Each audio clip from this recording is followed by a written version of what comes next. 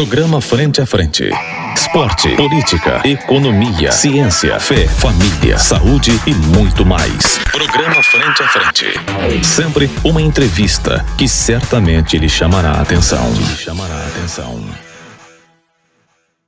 E hoje nós estamos aqui com Mauro Félix de Almeida, pregador, evangelista, conferencista, psicólogo clínico. Mauro, você tá pra frente, hein, rapaz? Muito bom.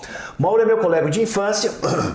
Mauro foi uma das pessoas, apesar de ser mais novo do que eu em idade, o Mauro me ajudou muito no começo da minha vida cristã.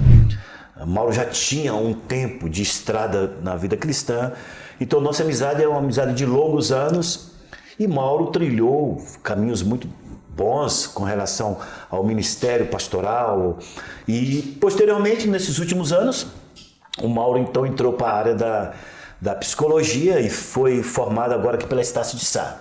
Formado pela Estácio de Sá, pós-graduado em terapia comportamental cognitiva pelo Instituto Capacitar. Cheio de... Não é propaganda não, hein, gente? É porque ele está falando para mim aqui, eu estou só lendo. Formado em bacharel em teologia pelo Instituto Bíblico Igreja de Deus. Hoje, divorciado, pai de 2 filhos e já é avô, está na minha frente. A minha filhinha agora que parece que está encaminhando um legado aí para mim. Mas o Mauro já abraçou o seu neto. A netinha. É netinha? A netinha. Ei, rapaz, já pronto que é para prosseguir. Netinha Elisa, a gracinha. Mauro, dá um bom dia para os nossos ouvintes e vamos começar a nossa entrevista? Olá, bom dia, Pastor Brito. Um prazer muito grande estar contigo nesta manhã, esse bate-papo agradável. Um bom dia também a todos os nossos ouvintes de perto e também de longe, porque eu estou certo que essa conversa agradável vai atingir a vida de muitas pessoas. E é um assunto extremamente importante, Mauro, dado os últimos acontecimentos no mundo.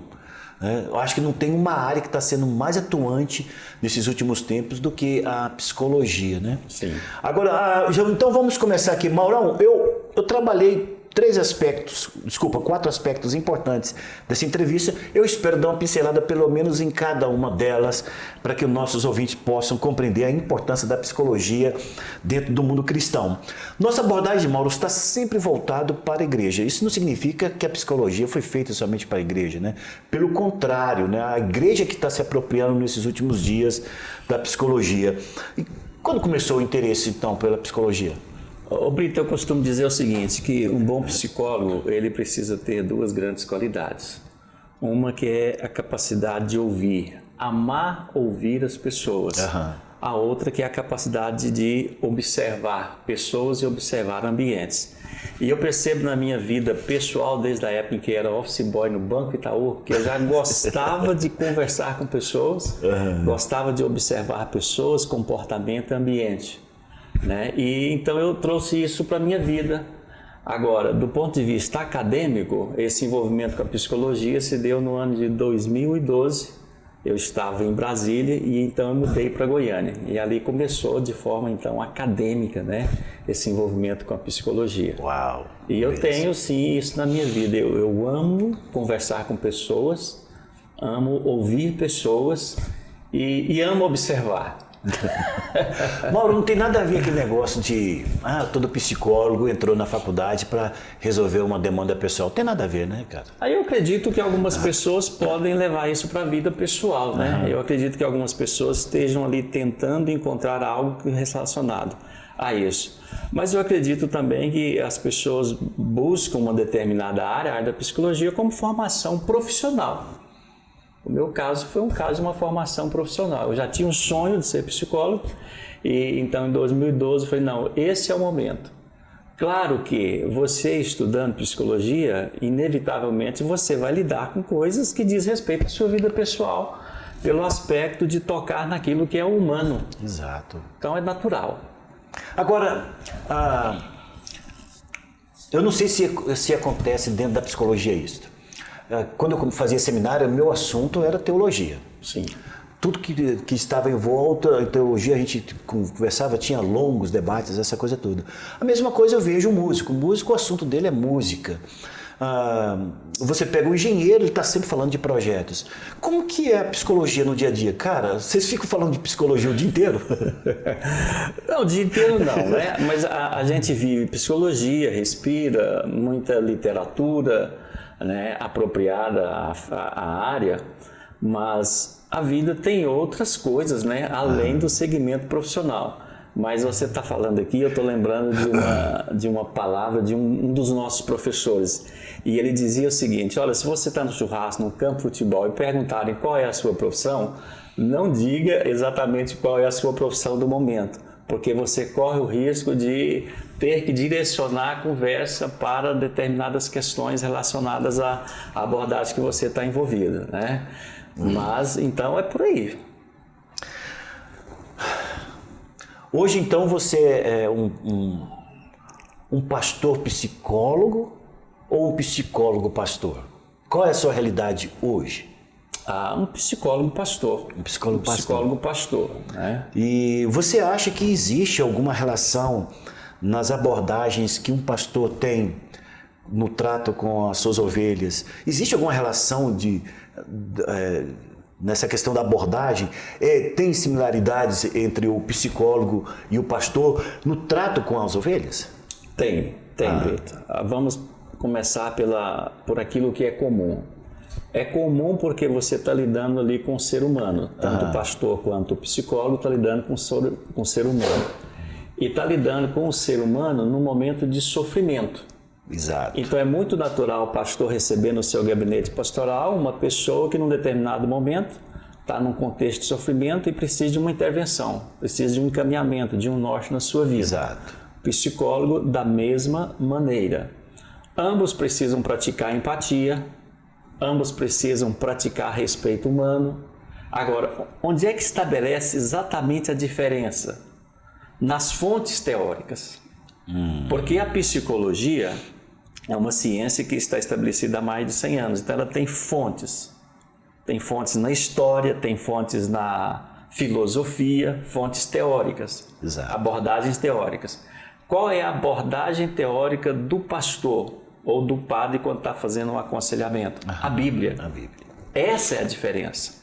Então, embora o psicólogo cristão tenha também conhecimento da Bíblia, mas quando ele está no seu consultório, a sua ferramenta de trabalho são as técnicas da psicologia. Ora, em algum momento eu posso usar alguma questão bíblica? Posso.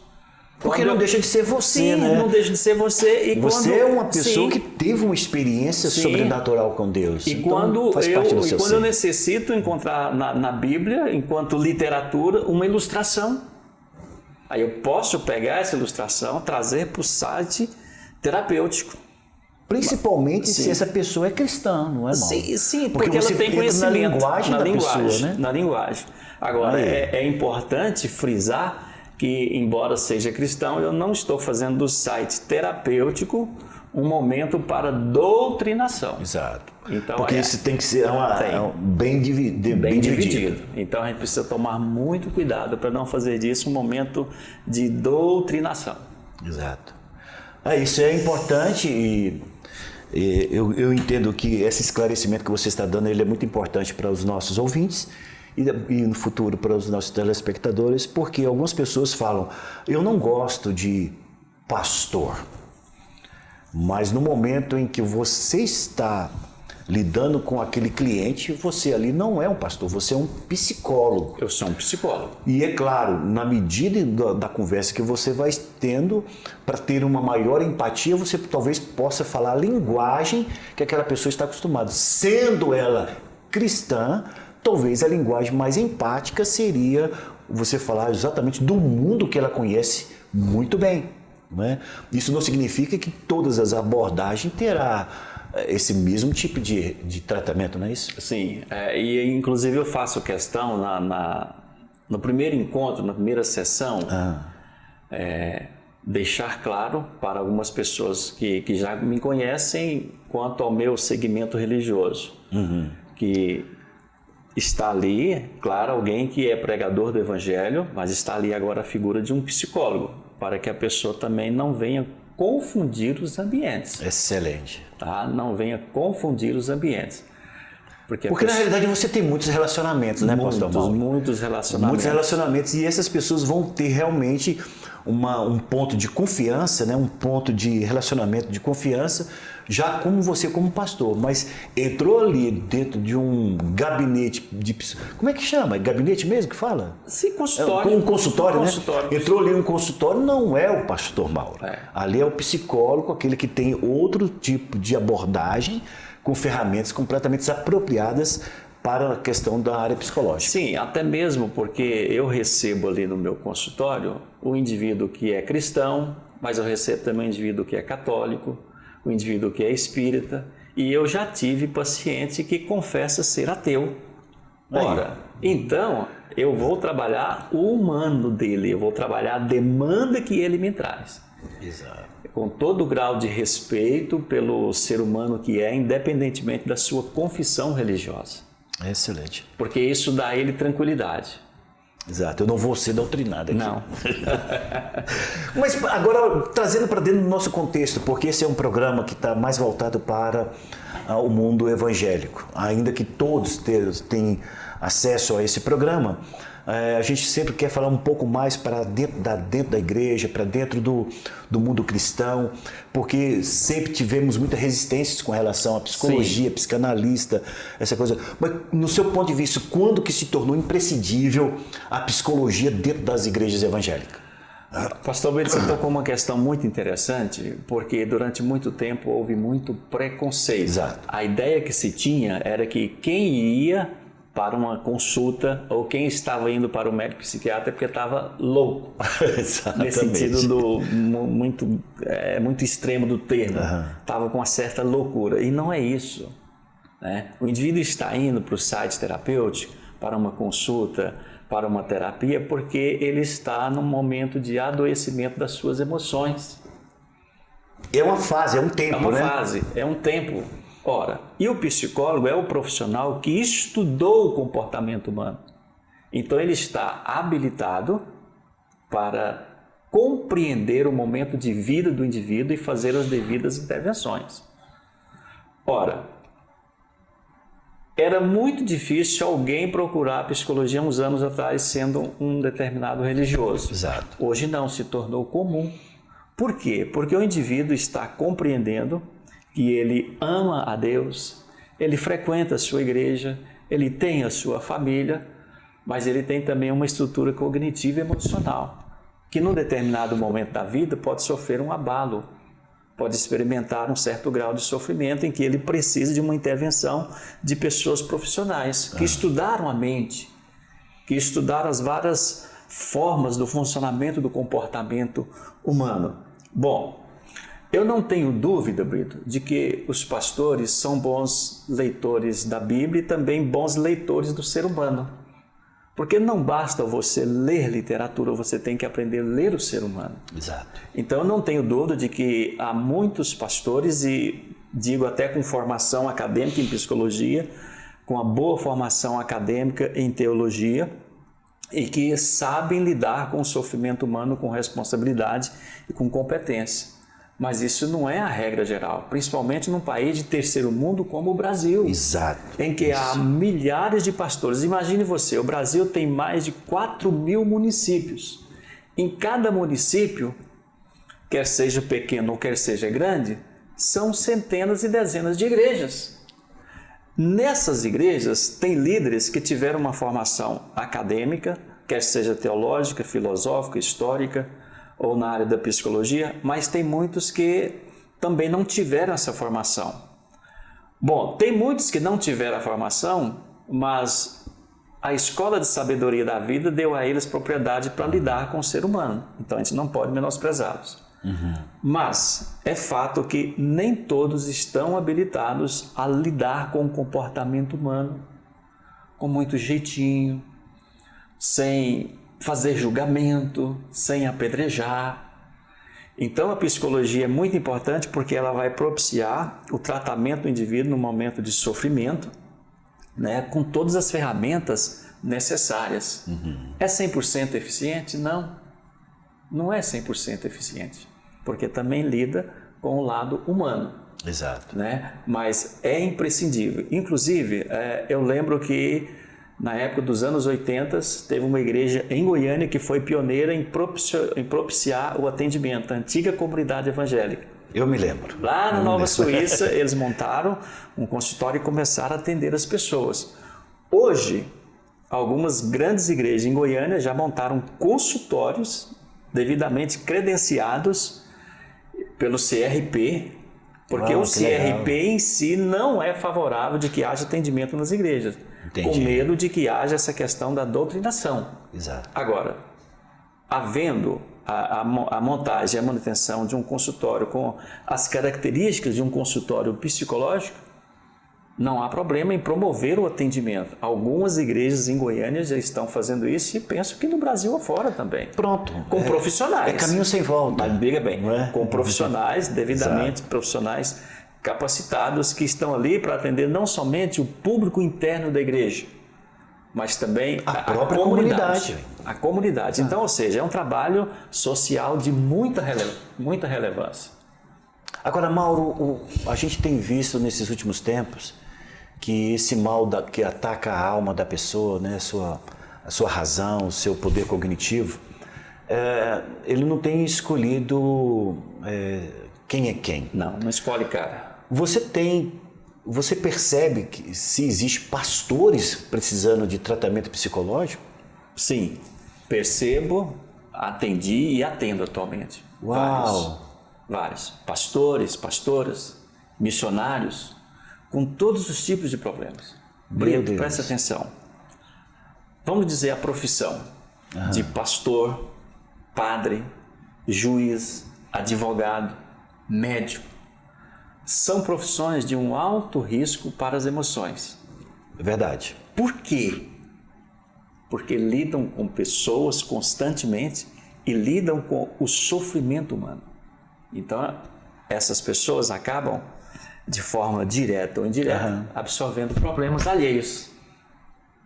Então, é importante que frise isso. O pastor ele não está imune. Outra coisa, você é pastor, você sabe. O pastor vive constantemente no exercício da sua profissão como se estivesse numa panela de pressão. Problemas de todos os lados, de todas as naturezas. Problemas de natureza financeira, problema de incompreensão, problema de sofrimento familiar. Aí vem a pergunta, com quem ele vai dividir isso? Com quem ele vai compartilhar? Não seria saudável ele compartilhar isso com a ovelha, porque a ovelha não vai ter estrutura emocional para ouvir um desabafo. Muitas vezes as igrejas não têm também líderes com tempo suficiente para ouvir o outro amigo. Então, nós vivemos em época de relacionamentos não sólidos. Existe um sociólogo polonês chamado Zygmunt Bauman que toca nessa questão, na questão dos relacionamentos líquidos. Então, são relações sociais não sólidas, líquidas, que vão se perpetuando, acontecendo, imprimindo cada dia mais sofrimento nas relações. Bom, então o pastor também sofre pressão enquanto ser humano. Imagine a leitura bíblica que a gente faz de um profeta Jonas, num momento difícil de sua vida, do ponto de vista da horizontalidade, ele tinha sérias restrições com os ninivitas. Do ponto de vista da verticalidade, ele estava descontente com Deus. E ele diz claramente, é melhor morrer. Agora, você imagine, para um ser humano, e ele era um profeta, um líder de renome, dizer que estava preferindo a morte é porque ele estava num momento de intenso sofrimento. Quer outro quadro? Profeta Elias. Chega um momento que ele diz, Senhor, é preferível morrer, eu prefiro a morte. Então, para um líder falar isso é porque ele está sofrendo muito. Exato. Muito, muito. E nesses últimos anos, a mídia divulgou o suicídio de pastores. Uau. Isso trouxe um choque para a comunidade. Porque isso poderia ter acontecido muito tempo, mas era muito guardado. Muito guardado, muito velado. Né? E eu conheci pessoas que foram da minha geração de formação, né? Uma dessas pessoas morreu no Rio de Janeiro. Uau. Suicídio. Aqui em Goiânia também tivemos um caso.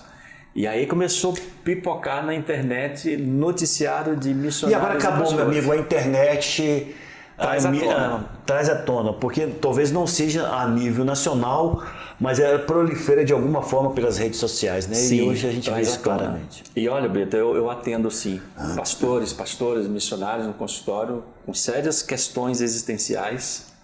E você que está nos vendo e nos ouvindo, você não tem que ter essa reserva, porque é a sua vida, meu irmão. Quero falar para você especificamente, pastor, para você obreiro, para você que está na linha de frente, sentiu dificuldade, tem problema que precisa ser resolvido. Se você não cuidar de você mesmo, depois você não será um vaso usado por Deus para cuidar de outras pessoas. Talvez este é o momento de você parar e cuidar da saúde. Não é isso, exatamente, tem que cuidar da saúde, tá? As pessoas estão muito preocupadas com a saúde física, indo para a academia, malhando o corpo. Agora, é imprescindível cuidar da saúde emocional. Exato. E nada melhor para cuidar da saúde emocional do que boas orientações de pessoas profissionais. Uma coisa importante que eu não sei se poderia ajudar, eu queria até uma fala sua a esse respeito. No nosso ministério nós temos a questão do discipulado. Sim. É um que fala na vida do outro. Então até mesmo nossos pastores, eles são discipulados por bispos, que fazem parte do ministério, e nossos bispos têm o acompanhamento dos apóstolos. Você acha que ajuda ou isso é só mais a nível espiritual? Ajuda muito. Por quê? Qual que é a grande questão? Qual que é a grande lógica disso? O ser humano, ele precisa ter alguém para compartilhar. Então, no discipulado, o indivíduo tem a oportunidade de compartilhar a sua vida, compartilhar as coisas boas e compartilhar as coisas desagradáveis, os momentos indesejáveis da vida. Tem um teórico na psicologia, Brito, chamado Abraham Maslow, um judeu, que ele desenvolve um grande estudo sobre as necessidades essenciais do ser humano. E esse estudo teve o nome de A Pirâmide de Maslow. Então, nesse estudo, um dos pontos que ele toca é que o ser humano tem a necessidade de amar e de ser amado. Então, é o básico dos básicos. Então, isso é muito forte no ser humano. Então, se um líder tem alguém que ele possa confiar, porque isso é uma relação de confiança, de muita responsabilidade, porque ouvir sobre a vida do outro é uma questão de muita responsabilidade. Então, se ele tem um companheiro de jugo, um amigo, com quem ele possa compartilhar a sua vida, precisa fazê-lo. É importante sim, é saudável. Você quer ver uma coisa? Vamos para um outro exemplo bíblico. Lá no Getsêmanes, Jesus leva Pedro, Tiago e João. Qual é a fala que traduz a angústia de Jesus naquele momento? Ele diz assim: eu queria que vocês ficassem acordados comigo, porque a minha alma está angustiada até a morte. Ele queria os discípulos acordados, orando com ele, participando do seu sofrimento, da sua agonia. Nós precisamos disso. Relacionamentos próximos. Agora, próximos. Tudo bem, eu quero falar de mim. Sim. Eu tenho discípulos, pastores que estão debaixo da minha cobertura, e eles, subsequentemente, também têm os seus discípulos. Dá uma dica para nós. Quais os sinais que a gente observando dentro do nosso discipulado ultrapassa o nosso conhecimento, ou seja, sinais em que eles não precisam de conversar conosco, eles precisam de um psicólogo. Existe alguma coisa que a gente pode captar nesse relacionamento e falar, cara, aqui ultrapassou a questão do discipulado e ele precisa de um tratamento psicológico. Existem alguns sinais, Mauro? Existe sinais sim. Olha, então, isso é importante, gente. Isso é muito importante. Na fala, o indivíduo vai trazer para você a vida dele. Exato. Isso é natural. Ele, às vezes repete toda vez que te encontra. Vai desnudar. Agora, preste atenção nas repetições. Porque nas repetições está acontecendo a intensidade, a frequência de algo. Entendi. Porque por um problema ou outro, é normal um dia você deitar e você não conseguir dormir. Agora, se você está com insônia, já é um sinal. Se existe um nível elevado de irritabilidade nas relações desse indivíduo, já é um outro sinal. Se o indivíduo chega e fala para você assim, rapaz, olha, eu estou com uma dificuldade grande de orar, eu não estou conseguindo preparar bons sermões, muito possivelmente ele está sem energia. A energia dele está no nível baixo. Energia psíquica, energia corporal. Então, só aqui eu apontei 3 grandes sinais. Repetição, irritabilidade e sem energia. Sem energia, insônia. Se o indivíduo morre, Brito, um parente morre, é normal. Se o parente morre, é normal a tristeza. É normal a tristeza. Aliás, se ele não tivesse tristeza, seria anormal. Exato.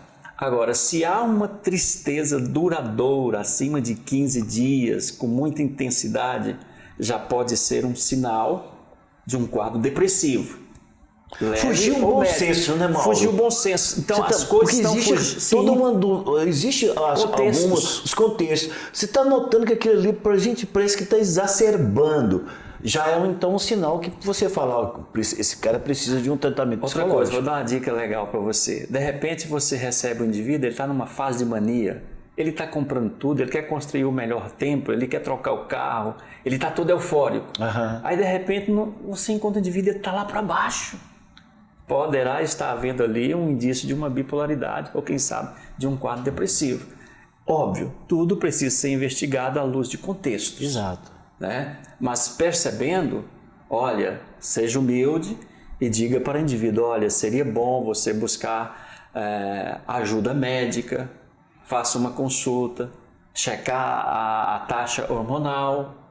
Porque, Brito, o nosso corpo ele é formado de muitos elementos químicos. Havendo desequilíbrio, vai haver o quê? Um reflexo no comportamento. Exato. Isso é natural. Davi fala no Salmo 139, Senhor, Tu me fizeste de forma maravilhosa, só que ele não descreve isso. Mas quando a gente começa a dar um pouco de anatomia humana, a gente percebe a beleza e a complexidade do corpo humano. Agora, se as coisas estão descompensadas, porque nós vemos num mundo, num cosmos caído. É verdade. E as coisas se descompensam. E se descompensam por várias razões. Então é preciso haver a intervenção médica. Agora, Mauro, você, na sua experiência hoje como psicólogo, você já acompanhou ou você tem notícia de pastores afastados do ministério, pelo menos temporariamente, por conta de transtornos mentais? Não, acompanhar não, mas tem conhecimento. Por exemplo, um pastor amigo meu chegou para pregar no domingo à noite na sua igreja. De repente ele olha para o público e começa a falar nada com nada vezes nada dividido ao nada. Meu Deus do céu! Pastor, e a igreja famosíssimo falou, pastor. Pastor, o povo olhou e falou, mas o que está acontecendo? Aí deram mais um tempo. E o olhar dele era um olhar triste. Olha aí. Gente, que susto para a igreja. Foi um susto, foi um choque. Se eu estivesse lá, eu falava, meu Deus do céu, o que está acontecendo? Imediatamente os líderes pegaram o pastor, botaram no carro e correram para o médico. O médico consultou aquelas perguntas básicas. O que é que ele faz? Alguém teve que falar por ele, porque ele estava quase que incomunicável. Já ficou internado. Ele estava tendo uma reação, um estresse agudo. Naqueles dias, ele estava enfrentando muitos problemas em sua igreja. Aí o médico falou, olha, esse homem precisa ser internado. Meu Deus. Internou, foi ser medicado. Por quê? A medicação fornece ao corpo aquilo que está faltando. Se é zinco, se é potássio, seja o que for. Tem que voltar ao equilíbrio. Tem que voltar ao equilíbrio. Então, eu sei de casos, e eu já acompanhei, não alguém que estivesse afastado, mas alguém que estava assim já debaixo de um estresse agudo muito forte. Muito forte. Então você, pastor, e não precisa ser pastor não, qualquer pessoa envolvida dentro da igreja, nós estamos falando dentro do mundo cristão, é claro, mas estamos vivendo dentro de Sim. da terra, né? Nós Sim. estamos na terra. Você tem que compreender que você precisa ter equilíbrio físico, mental, espiritual para viver bem nessa terra, né, Mauro? Muito. Precisa. Mauro, agora, falando de terra aqui, qual tipo de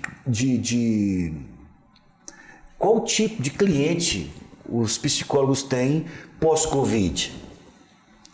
A Covid trouxe um tipo específico de anomalia cognitiva ou anomalia mental nesses tempos? Ou é mais um problema? Só foi mais um problema? O Covid, em algumas pessoas, potencializou a emoção do medo. O medo, isso aí não é só. Eu acho que todo mundo está com medo. Em outras pessoas, não é, desencadeou o medo. E eu tive uma experiência, Brito, real. Meu Deus. Uma pessoa me telefonou, me chamando de doutor. Doutor, o senhor pode atender a minha mãe hoje? E eu falei assim, não, hoje eu não tenho agenda, mas eu posso atendê-la na semana que vem.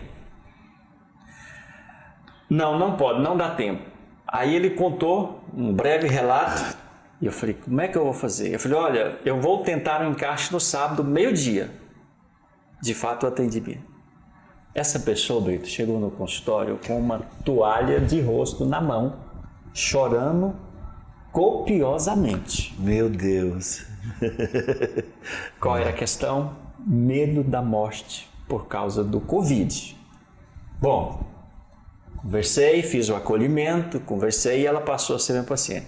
Só que 30 dias depois, eu descobri algo. Ela chegou e disse, eu quero te pedir perdão. Ué? Como assim? Como assim? Lá vem as surpresas, quer ver? O senhor lembra como eu cheguei no consultório? Lembro direitinho. Lembro do seu estado, se ela está melhor hoje sim. É porque um dia anterior eu fiz consulta e o resultado foi positivo. Meu Deus. Você entende? Você entendeu? Por isso que fala que os médicos estão na linha de frente, né, Mauro? Sim, mas a questão é o seguinte, o medo dela não era de um Covid ainda por vir, que poderia contaminar. Ela já estava contaminada. E ela falou assim, eu vou morrer amanhã.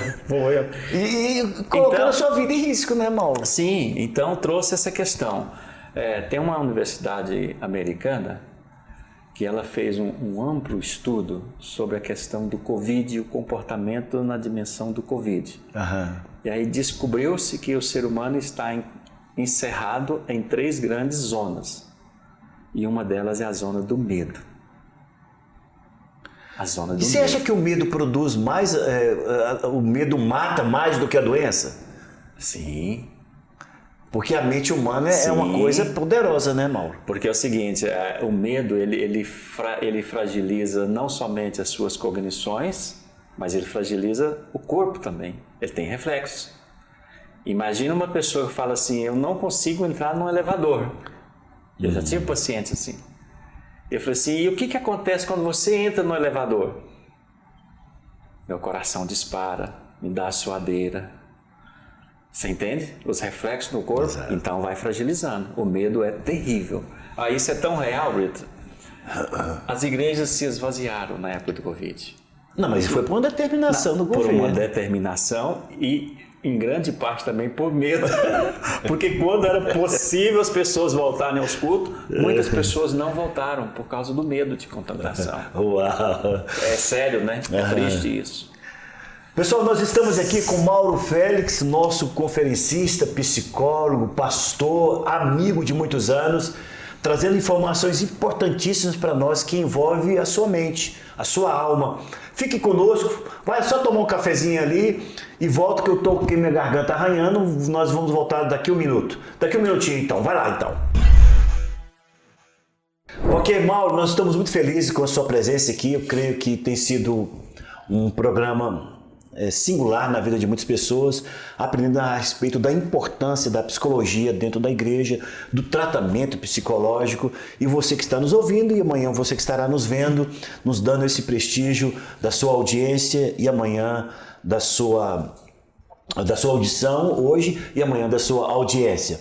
Mauro, nós vamos fechar então esse bloco, fecharmos a nossa entrevista, desculpe, falando sobre 2 temas que eu acho muito importantes, 3 temas.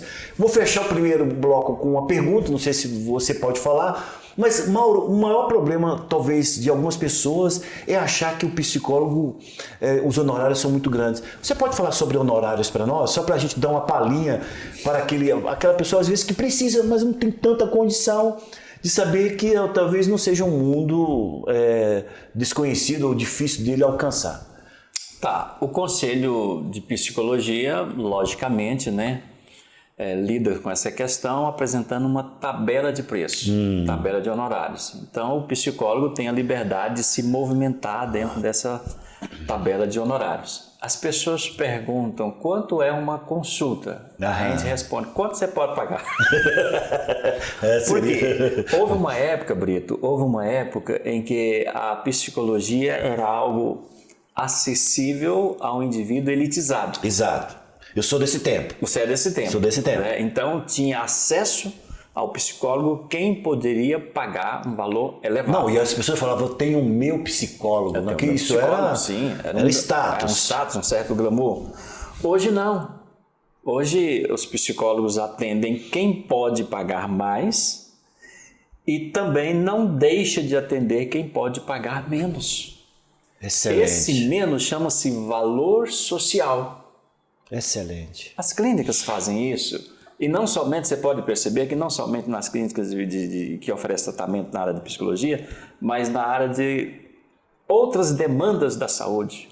Cardiologia, psiquiatria, pulverizou, cresceu em Goiânia, acho que no Brasil inteiro. Que benção. Porque a saúde também era muito elitizada a quem? Ao setor aeroporto, setor sul, setor marisco. Hoje não. Urias Magalhães, Pedro do Vico, Jardim América, Praça da Bíblia, Itatiaia, Praça da Bíblia, Terminal do Padre Pelágio.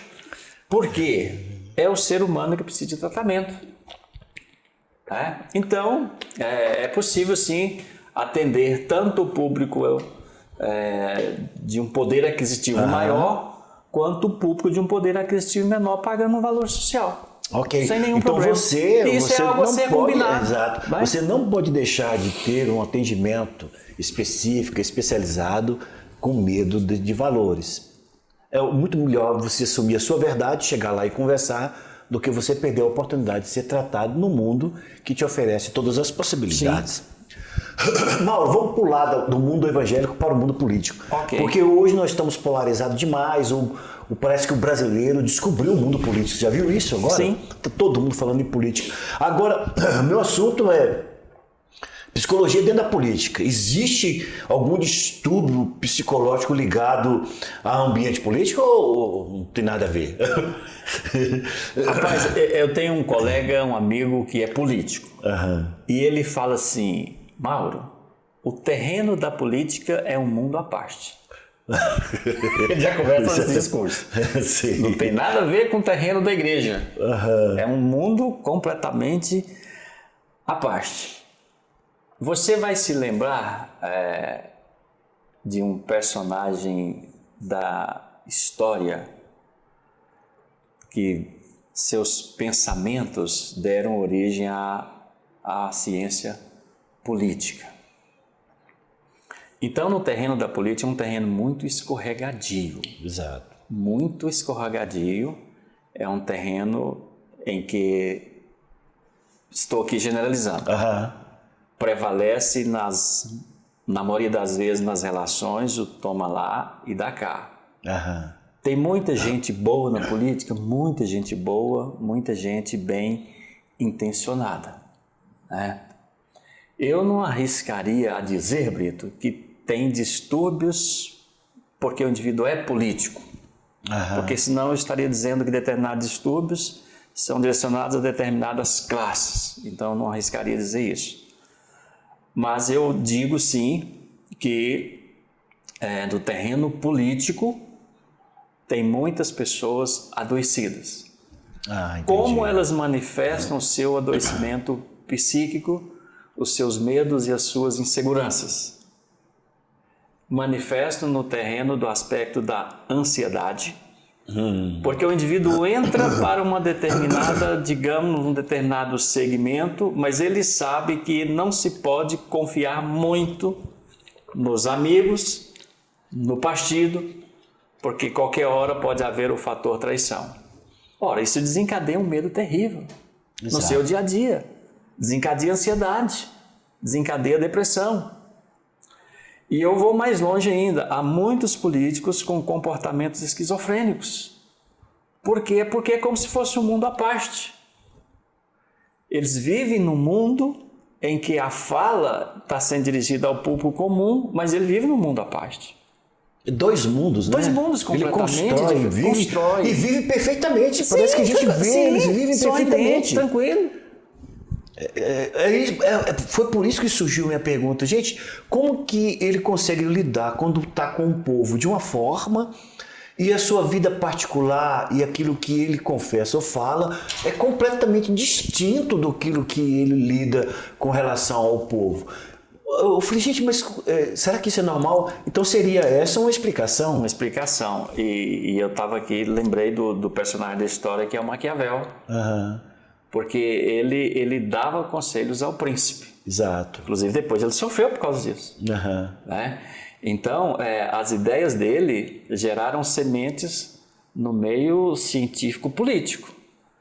Então, uma das ideias é que o indivíduo tem que sorrir para o povo, tem que sorrir, aí tem um tapinha nas costas, mas por dentro ele está explodindo de raiva. Hoje, com essa questão dessa mídia aberta, um xinga o outro. Não, isso não é outra coisa, e acabou, porque não tem jeito da pessoa viver os dois mundos escondidos, porque as pessoas filmam. Aí então coloca assim, tem agora esse negócio, 23h59, depois coloca 01 hora, né? 23h59 o cara tá falando uma coisa, 01.20, ele tá vivendo completamente diferente daquilo que ele falou. Mas então o indivíduo político, Brito, como outro líder, ele tem também os seus transtornos psicológicos. Agora, é importante frisar o seguinte, o meio em que ele se encontra pode potencializar isso. Favorecer isso. Pode favorecer, pode potencializar a sua ansiedade, pode potencializar a sua depressão, pode potencializar os seus medos. É o medo de perder o emprego, medo de perder o trabalho, medo de perder o seu cargo legislativo, o seu status executivo. E aí, o que acontece? Aí entra um problema grave. Muitos políticos passam a ter comportamentos anormais do ponto de vista ético, humano. Porque quando se existe uma ação em que para o seu favorecimento pessoal prevalece, mas prejudica as demais pessoas, então isso não é saudável. Isso não é saudável sob nenhum aspecto. E o que a gente vê no terreno político é isso. Na maioria das vezes, o indivíduo quer galgar um grau maior, quer subir, e aí ele pisa no outro. Mauro, eu relacionei algumas... Isso aqui, gente, o que eu relacionei foi da minha própria cabeça, não foi pesquisa, não. Eu coloquei aqui obsessão, fanatismo, violência verbal, vitimismo, autoritarismo, preconceito. São problemas psicológicos ou isso são problemas de relacionamento que não tem nada a ver com algo que está gerando um desconforto mental na vida daquele que detém? Tem as duas coisas, né? Agora, veja bem, como que se constrói problemas psicológicos? Na maioria das vezes, o meio. Na maioria das vezes, comportamento aprendido. Então, nem sempre, às vezes a questão pode ter uma carga de natureza biológica, genética. Entendi. Né? Por alguma disfunção numa determinada área do cérebro, digamos, relacionada a controle, relacionada à fala, relacionada a controle dos impulsos, mas pode ser também questão de comportamento aprendido, a influência do meio, quer seja família, quer seja trabalho, quer seja demais relações. E aí você citou aqui, por exemplo, no fanatismo. O indivíduo se torna um indivíduo 8 ou 80. Exato. Extremado. Aí a palavra fanatismo, diga-se de passagem, é um extremo. Pode ser religioso ou pode ser político. Exato. Olha o que está acontecendo agora, vamos citar nomes aqui, nessa questão da polarização entre Lula e Bolsonaro. Existe grupo, Brito, de cristãos Meu Deus. que vão para a internet, Brito, e demonstra ali claramente um certo fanatismo por um em detrimento do outro. Com palavrões assim que você fala, não acredito. Crente. Não acredito que você não acredita que esse indivíduo frequenta a minha igreja. Meu Deus do céu. Isso é um fanatismo. Brito, isso é adoecimento. Isso é doença? É adoecimento, Brito. Mas é isso que eu quero pensar, o que eu queria perguntar, até para você esclarecer isso para os nossos telespectadores e ouvintes. Esse negócio chega a ponto de ter que ser levado a um psicólogo para ser tratado? Por quê? Porque o que está acontecendo com o indivíduo fanático? Isso. Vamos pegar esse termo. Só. Brito, ele está com uma distorção cognitiva. Ele não está fazendo uma leitura razoável da vida e dos fatos da vida. Meu Deus. Ele está com distorção. Então o psicólogo tem que ouvir toda a história do indivíduo, levá-lo para o terreno de um questionamento socrático, por exemplo, bombardear ele de perguntas, para levá-lo a compreender que esse fanatismo não é construtivo. Uma coisa é você ter posicionamentos firmes, baseados em fatos coerentes. Não há nenhum problema nisso. Agora, outra coisa é você levar os seus posicionamentos para um campo de um fanatismo em que se prejudica e prejudica as relações. Você entendeu? É verdade, Mauro. Não há problema você ser famílias. Sim, não é problema você ser firme na sua palavra, no seu posicionamento, desde que você tenha referenciais. Agora, quando a coisa divide famílias, é isso que eu estou falando, gera inimizade. Meu Deus. Aí a coisa complica. Aí a coisa se torna adoecida. Você entende? E é importante. Porque aí vem a violência verbal. Exato. Vamos traduzir. Vem o xingamento, vem os palavrões que está acontecendo aos montes.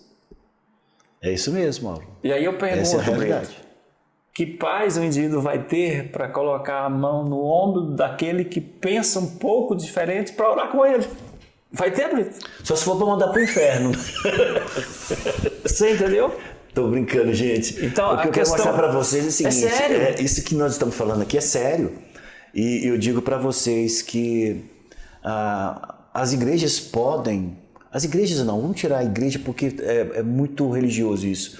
O reino de Deus pode perder muito por pessoas que tenham posições tão exacerbadas por uma posição política a ponto de serem impedidas de orar por aquilo que confessa outro partido político. Então, quer dizer, vamos tirar essas polarizações que o Mauro falou. Vamos colocar A e B. Para mim tem que ser A, outro tem que ser B. Quer dizer que então se aquele A precisa de oração, o B não ora. Porque o B não ora porque o A não confessa que é B e o B não gosta de A. Entende? O tanto que o reino de Deus pode perder. Então, por isso que eu estou conversando com o Mauro aqui e realmente esse esclarecimento do Mauro é muito importante. Se o seu fanatismo, se as suas obsessões, se o seu pragmatismo está a ponto de tirar de você a razão de viver, a razoabilidade de aceitar o próximo como ele é, talvez você precise conversar com um psicólogo. E nós não estamos falando isso aqui como sendo uma forma de te atacar. Nós estamos falando aqui como uma forma de te ajudar. Ajudar você, meu irmão. Ajudar você que precisa desacelerar, precisa se desafogar e viver um pouco mais acima dessas questões que irão passar, né, Mauro? Passa. O mundo político está aí desde quando existe Brasil, Mauro. Passa. Presidentes bons, presidentes maus, presidentes bons, presidentes maus. E o mundo político vai ficar e nós iremos embora. Como iremos? Né? Talvez seja essa... Com que coração iremos, né? Com que coração iremos. Sim. Mauro, dentro desse aspecto, eu quero fechar esse bloco perguntando para você o seguinte: existe alguma técnica psicológica que me faz aceitar você ser de outro partido político e eu não? Existe qual a dica que você daria para esse irmão que fala assim, cara, eu tô nesse mal, eu tô querendo até dar dois pés no peito daquele fulano porque ele não é do meu partido político? Qual a dica que você dá para essa pessoa, Mauro? Existe? Brito, tem um teórico na psicologia chamado Carl Rogers. Ele trabalha numa linha chamada psicologia humanista. Aham. E é fantástica. Carl Rogers era um americano, né? Estudioso da área. E ele traz essa questão à tona de que somos seres humanos. Bom, técnica específica eu diria que não. Mas vamos aqui para algumas... Uma fórmula mágica. Bom seria se tivesse, né? Mas vamos pensar que se somos seres humanos, vivemos aí dentro de uma aldeia global, nós precisamos praticar. Praticar seria o correto, né? A prática do respeito para o outro que não tem a minha cor, a prática de respeito para o outro que não tem a minha religião, mas convive comigo na minha família, convive comigo no meu trabalho, desenvolve numa rotina de vida algum tipo, pega o mesmo ônibus, algum tipo de relação comigo, né? Então eu preciso aceitar esse indivíduo tal como ele é. É fantástica a questão do estudo dos temperamentos. Os 4 principais tipos de temperamento. Porque ali a gente tem um retrato ainda que em linhas gerais de comportamento do indivíduo, no modo de agir, na cognição, na fala, no comportamento de indivíduos diferentes. Um é sanguíneo, o outro é fleumático, o outro é melancólico. Um bom fleumático vai decidir rápido, com mais dificuldade. Vai demorar, o colérico vai decidir explode. agora, ele explode, mas daqui a pouco ele está te abraçando. Então, no dia a dia da vida, na rotina da vida, quer seja eclesiástica, dentro da igreja ou no trabalho, você vai deparar com o outro sujeito que não é você. É singular, é importante isso. É singular. Mas ele é digno de ser amado. Ele é digno de ser respeitado. Quer seja ele gordinho, magro, moreno, claro. Alto ou baixo. Alto ou baixo. Crente ou não. Crente ou não. Caladão, falante. Tem indivíduo falante. Ele chegou, todo mundo sabe que ele chegou. Mas tem aquele indivíduo que chega e fala assim, oi, bom dia. Então ele é digno de ser amado. Então, Beto, eu diria o seguinte, praticar amor ao próximo com que linguagem? Porque é muito fácil você amar o próximo. Mas tá, como que eu vou amar o próximo? Com que linguagem? Com que tipo de comunicação? Na comunicação do respeito. Excelente. Na comunicação da empatia. Excelente. Deixa eu te falar uma coisa importante desse período de Covid-19, que foi algo assim de aprendizado para nós seres humanos, que foi potencializar a empatia, saber o que o outro estava sentindo. Você percebeu quantas pessoas se tornaram criativas da noite para o dia, fazendo lives, recitando poesia, contando histórias. O YouTube ficou cheio disso. Brito, pessoas que há anos não contavam uma história para um neto. Mas o encarceramento social, o isolamento social levou a pessoa a fazer isso. Exato. Desenvolver, né, essa criatividade. Isso foi bonito, isso foi muito fantástico. Eu quero encerrar essa fala aqui sobre alguma técnica a ser exercitada. Bom, tudo isso aqui a psicologia advoga, né? A prática do respeito, da empatia, da aceitação. Claro, tudo tem seus limites, tudo tem seus contextos. Né? Agora, Bandura fala algo fantástico sobre comportamento aprendido. E aí eu agora quero encerrar dando esse crédito para Jesus. Ele aprende com Deus, ele ensina aos discípulos e ele diz, façam o que eu estou fazendo, me sigam. Exato. Então, ser cristão é aprender comportamento de Jesus e multiplicar isso.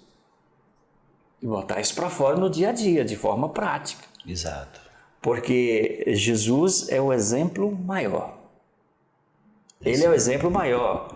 Eu posso falar aqui sobre o aspecto do cristianismo em todas as vertentes. Do catolicismo, do protestantismo, né? Do espiritismo kardecista.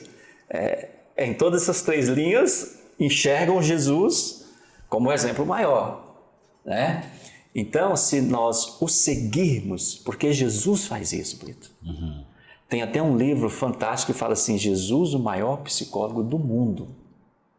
Porque ele foi capaz de compreender o comportamento humano, não somente pelo seu histórico de pré-existência, Exato. mas pela vivência, a encarnação de Deus aqui na Terra. Então ele vivenciou isso de forma fantástica. Excelente. Em todos os aspectos. Pessoal, nós estamos aqui frente a frente com o pastor Mauro Félix, psicólogo, conferencista e pastor, né, trabalhando dia a dia com a igreja, com informações preciosíssimas com relação à psicologia dentro da igreja. Vamos molhar o biquinho mais uma vez com a água aqui. Você também tem a oportunidade de ir lá tomar o seu café e logo, em 1 minutinho, nós estamos de volta, tá ok? Ok, pessoal, de volta mais uma vez com vocês, encerrando agora. Mauro, eu quero já de antemão agradecer a sua presença no nosso trabalho aqui, frente a frente com o pastor Brito, agradecer pela sua disposição, pelo seu esclarecimento, pelo seu conhecimento colocado à disposição de todos aqueles que são os ouvintes do Frente a Frente com o pastor Brito e também posteriormente fazendo parte então do nosso podcast que nós estaremos trabalhando, colocando todo esse material à disposição dos nossos telespectadores. Vamos fechar então este bloco com relação ao ministério. Você ainda exerce o ministério pastoral? No sentido estrito da palavra, não, porque eu não estou à frente de uma igreja. Okay. Fiz isso por muitos anos, por mais de 10 anos, como pastor de tempo integral. Hoje é um trabalho a nível de itinerância, né? Atendendo convite de pessoas que convidam para pregar ou também para dar palestras. As igrejas estão utilizando muito a gente nesse sentido para dar palestras. Benção. E tem sido muito importante, né?